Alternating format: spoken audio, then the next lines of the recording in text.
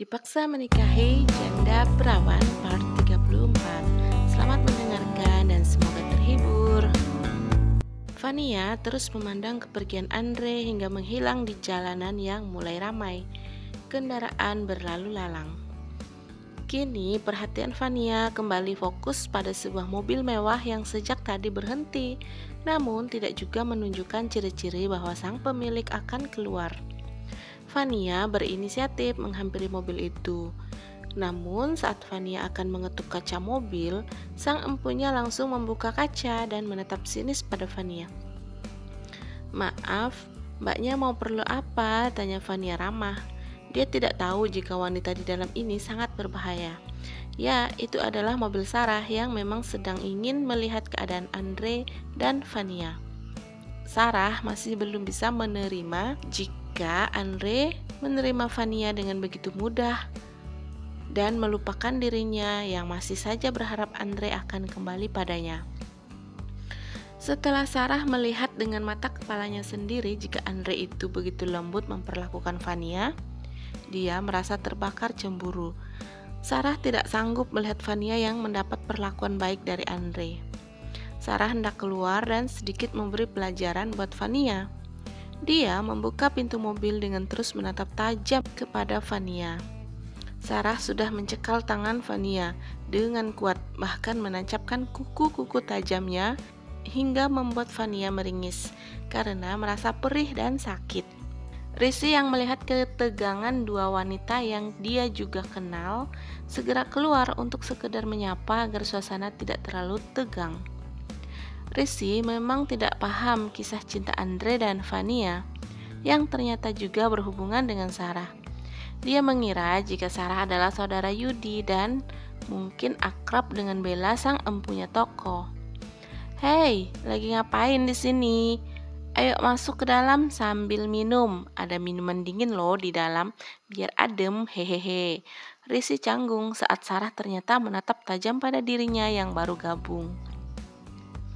Vania sudah terdiam, dia tidak bisa berkata-kata.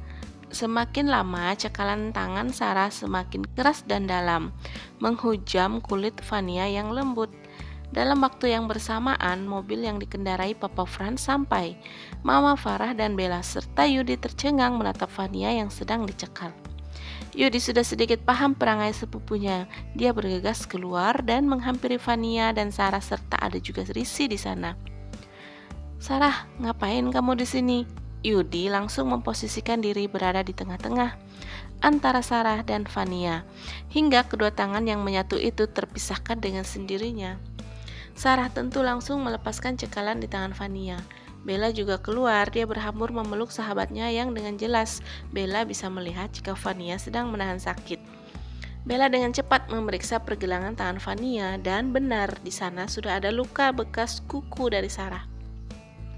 "Ya ampun, kamu gak waras ya, Rah? Kenapa kamu lakuin ini sama Vania?" Bella terlihat marah. Dia langsung menyeret Sarah agar menjauh dari Vania. "Apaan sih lo? Gak usah ikut campur deh."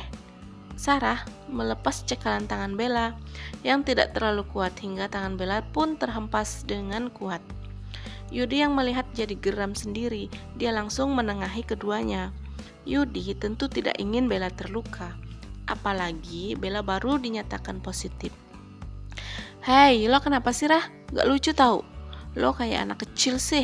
Kalau lo merasa ada masalah dengan Andre, ya lo bisa langsung ke Andre, jangan ke istrinya. Pengen banget sih," bentak Yudi. Emosinya sudah menggunung melihat Sarah yang ternyata senekat itu. Mama Farah dan Papa Franz pun tidak menyangka jika keponakannya ternyata memang senekat itu. "Halah, urus aja urusan lo, jangan ikut-ikutan." Sarah langsung kembali masuk ke dalam mobilnya. Mobil itu pun melesat pergi begitu saja dengan kecepatan sangat tinggi. Mama Farah dan Papa Franz hanya bisa geleng-geleng kepala melihat kelakuan keponakannya.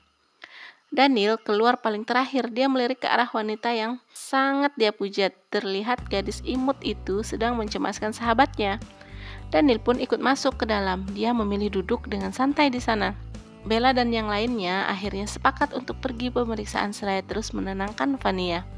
Yudi menelpon Andre agar menyusul dan ternyata Andre menyanggupi, kebetulan sedang latihan ringan saja. Mobil pun hendak melaju, namun Mama Farah saat melihat sosok di jalan dan dia kenal, dia kembali turun dari mobil. Bentar, itu teman Mama kayaknya mau ke toko. Mama mau menyapa dia dulu. Mama Farah turun. Kini raut wajah Fania sudah mulai tenang di samping Bella. Mereka tersenyum melihat Mama Farah yang antusias sekali ingin menyapa wanita parubaya di jalan sana.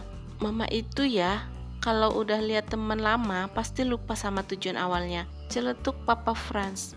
Namun Bella memperhatikan wanita yang disebut-sebut sebagai teman Mama Farah itu. Van, bukannya itu mamanya Risi ya? Bella meminta Fania untuk melihat sosok wanita yang kini sedang berbicara dengan mama mertuanya. Fania pun menoleh untuk melihat dan menajamkan penglihatannya. Dia pun akhirnya mengangguk setuju dengan perkataan Bella. Kamu bener Besti, dia emang mamanya Risi, jawab Fania masih santai. Berbeda dengan Bella, dia langsung heboh dan langsung menggoda Papa Franz. Pa, sepertinya Daniel bakalan cepat dinikahin sama mama deh. Papa Franz belum tahu mana arah dan tujuan pembicaraan Bella. Begitu pula dengan Yudi. Kedua pria, ayah dan anak itu sama-sama menatap Bella dengan lekat dan penuh tanya. Hehehe, itu calon besan udah ketemuan, tunjuk Bella pada Mama Farah dan teman lamanya. Papa Franz dan Yudi pun menoleh ke arah wanita yang Bella sebut sebagai calon besan. Apa maksud kamu sayang? Jadi dia orang tuanya si bocil itu, tanya Yudi penasaran. Kita lihat saja. Wajah Bella sudah berseri-seri. Dia terlihat bahagia sekali. Hei, itu Mama. Risi dan Daniel keluar dari toko. Mereka berdua saling menghampiri ibu mereka masing-masing. Tentu saja tidak luput dari pandangan mereka yang berada di dalam mobil. Wah, ini anak gadismu, Dev. Cantik ya, imut-imut. Mama Farah memuji Risi dan si Daniel tersenyum-senyum sendiri. Entah kenapa kalimat yang Mama Farah katakan tadi terdengar begitu merdu di telinga Daniel. Iya Far, namanya Risi, anak bungsu aku. Loh, ini anak kamu Far.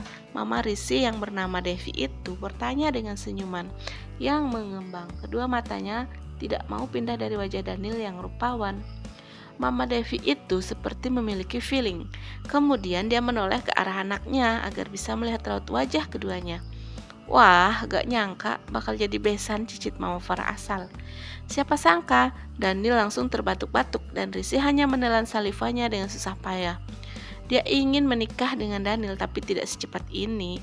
Risi bahkan masih ingin hidup bersenang-senang tanpa ada tuntutan dari seseorang. Hanya saja dia tidak bisa jika putus dengan Daniel, entah karena dia adik ipar Bella atau udah terlanjur tidak enak dipandang para teman-teman yang di toko. Namun jika didesak untuk segera menikah, Risi tentu belum siap. Mama Farah ingat jika dia hanya izin sebentar karena akan pergi dengan Bella melakukan pemeriksaan. Waduh Dev, aku lagi buru-buru nih, bantu sulung aku mau cek kandungan. Lain kali kita ngobrol lagi ya, dadah. Mama Farah mulai meninggalkan teman lamanya. Begitu pula dengan Mama Devi, dia hanya memberikan bekal Risi yang tertinggal. Akhirnya dia pergi untuk kembali ke rumah dan kini tinggal Risi dan Daniel yang masih stay di toko. Kedua insan itu saling diam. Risi masih canggung walau sudah lama kenal dengan Daniel. Semenjak dia memutuskan Daniel 2 bulan lalu, Risi masih merasa malu dan canggung. Daniel terus menatap wajah Ayu pujaan hatinya tanpa berkedip, seolah-olah jika dia berkedip maka Risi akan menghilang dari hadapannya. Risi jadi malu ditatap seperti itu. Dia kembali menundukkan wajah imutnya. Daniel mendekat, dia duduk di sisi Risi yang terduduk malu-malu. Riz, kamu kenapa? Daniel mencoba memecah kesunyian. Risi mendongak untuk bisa menatap wajah pria yang sudah menjadi kekasihnya itu. Dia tersenyum. Abang, emang aku kelihatannya kenapa? Risi tanya balik. Daniel meraih jemari lentik Risi. Dia mengusapnya pelan dan lembut. Gak nyangka ya Riz, tanya Daniel lagi. Risi untuk kedua kalinya harus menoleh menatap wajah Daniel yang kali ini terlihat begitu tampan. Ah, dasar Risi, dari kemarin kemana aja? Orang Daniel emang cakep dari sisi manapun juga. Nyangka apa bang? Risi kembali hanya berbalik bertanya tanpa menjawab, karena dia pun merasa belum paham apa yang ditanyakan oleh Daniel. Daniel melepas pegangan tangannya di tangan Risi karena tidak enak ada tamu yang datang hendak memilih bunga-bunga di toko. Risi bangkit dan mendekati pelanggan yang sedang memilah-milih dengan begitu antusias. Daniel tersenyum pada pelanggan yang baru datang. Dia pun ikut mendekat dan bertanya, "Mau cari yang bagaimana, Mbak?" tanya Daniel sangat ramah. Dia juga sudah terbiasa di toko ini, jadi sedikit banyak Daniel juga paham caranya menyambut pelanggan. Risi membolakan matanya menatap tajam Daniel. Dia kesal saja kenapa Daniel harus menjadi pelayan yang genit begitu.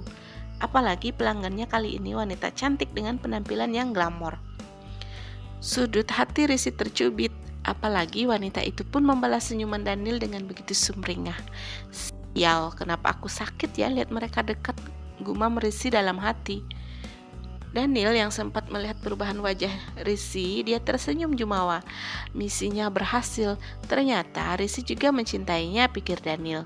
Dia tidak akan membuat kesalahan kedua kalinya. Lebih cepat, lebih baik, pikir Daniel. Dia akan mengutarakan isi pikirannya pada Mama Farah. Dan kebetulan sekali Mama Farah juga mengenali mamanya Risi. Amanlah pokoknya, gumam Daniel dalam hati. Dia mengerlingkan mata nakalnya pada Risi yang sedang menghitung biaya si pelanggan. Bersambung, sampai jumpa lagi di part selanjutnya. Bye-bye.